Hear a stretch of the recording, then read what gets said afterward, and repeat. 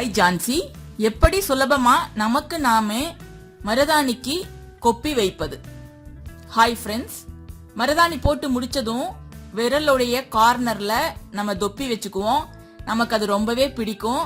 பார்க்கறதுக்கு நல்ல சவச்சவன்னு அழகா இருக்கும். இத சில பேர் தொப்பின்னு சொல்லுவாங்க, சில பேர் கொப்பின்னு சொல்லுவாங்க. இத வைக்கிறதுக்கு நமக்கு இன்னொருத்தருடைய ஹெல்ப் தேவைப்படும், அல்லது நமக்கு நாமே வச்சா அவ்வளோ நீட்டா வராது. இப்ப நான் எப்படி அதை ஷார்ட்கட் மெத்தட்ல நீட்டா பர்ஃபெக்டா நமக்கு நாமே வச்சுக்கிறதுன்னு சொல்றேன். இப்ப வீடியோக்குள்ளார போலாம். அதுக்கு முன்னால நம்ம சேனல் ASK Jhansi சப்ஸ்கிரைப் பண்ணிட்டு அப்படியே பக்கத்துல இருக்க அந்த பெல் பட்டனையும் கிளிக் பண்ணிடுங்க. முதல்ல இந்த மருதாணி கோனை கொஞ்சம் பெருசா கட் பண்ணி ஒரு சின்ன டம்ளர்ல போட்டுக்கோங்க.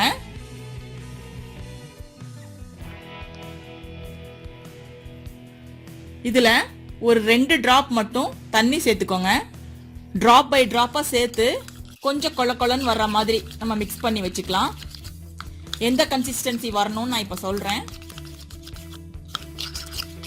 கிட்டத்தட்ட பாத்தீங்கன்னா நான் 1 ஸ்பூன் அளவுக்கு இதுல தண்ணி சேர்த்திருப்பேன்.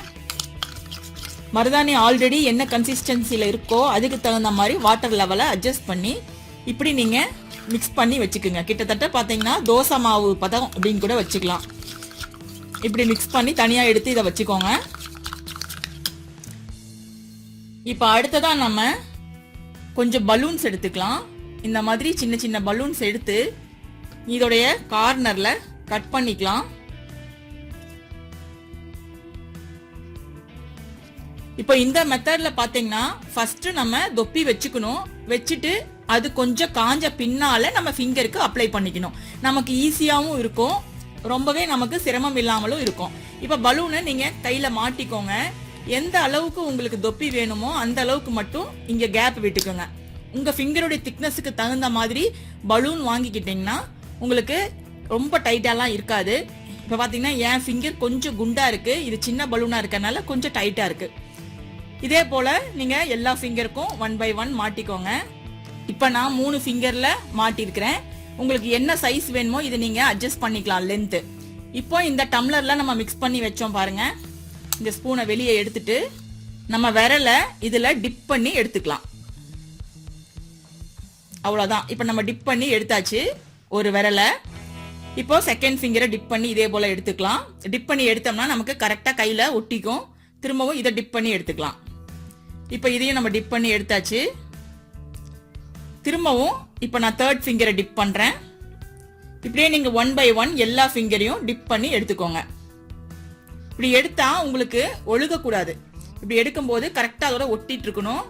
டிராப் வந்து கீழே விழக்கூடாது. அந்த அளவுக்கு அந்த கன்சிஸ்டன்சி இருக்கிற மாதிரி பாத்துக்கோங்க. இப்ப இதை இப்படியே நம்ம ட்ரை பண்ண விடலாம். சில இடங்கள்ல பட்டும் படாம இருக்கும். சோ 1/4 மணி நேரம் முதல்ல ட்ரை ஆகட்டும். அடுத்தது என்ன பண்றதுன்னு நான் சொல்றேன். 1/4 மணி நேரம் ஆகுற வரைக்கும் இந்த டம்ளர்ல இருக்கிற மருதாணியை மூடி வச்சிருங்க, இல்லைன்னா இதுவும் காஞ்சு போயிரும். இப்ப பாத்தீங்கன்னா 1/4 மணி நேரம் கழிச்சு ஓரளவுக்கு காஞ்சிருக்கும். காஞ்ச பின்னால இதை திருப்பி பாருங்க. உங்களுக்கு எங்கேயாவது அந்நியவனா தெரிஞ்சதுன்னா, அதாவது நீட்டா எல்லா பக்கமும் அப்ளை ஆயிருச்சுன்னு கன்ஃபார்மா தெரிஞ்சா தேவையில்லை. பட் உங்களுக்கு பார்க்கும்போது அங்கங்க சொட்டையா தெரிஞ்சதுன்னா திரும்ப ஒரு டைம் அது மேலேயே டிப் பண்ணுங்க.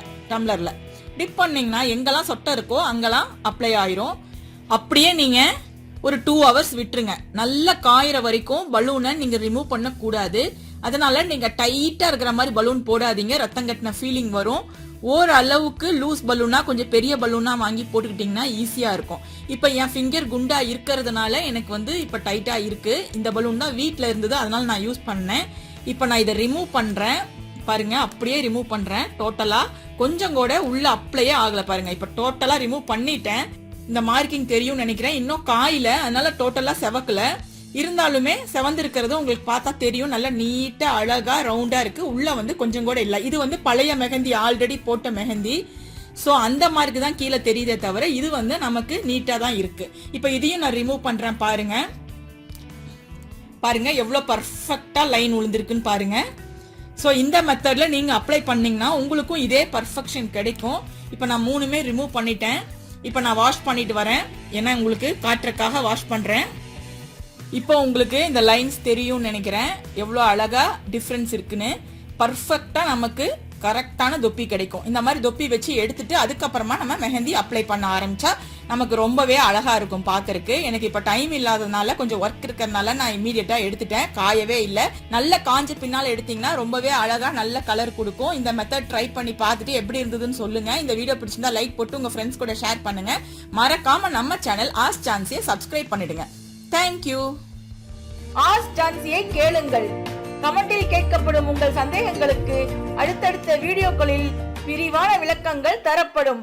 இந்த வீடியோ பிடிச்சிருந்தா லைக் பண்ணிட்டு ஷேர் பண்ணிட்டு மறக்காம ஆஸ்க் ஜான்சி சேனலை சப்ஸ்கிரைப் செய்யுங்க. நன்றி.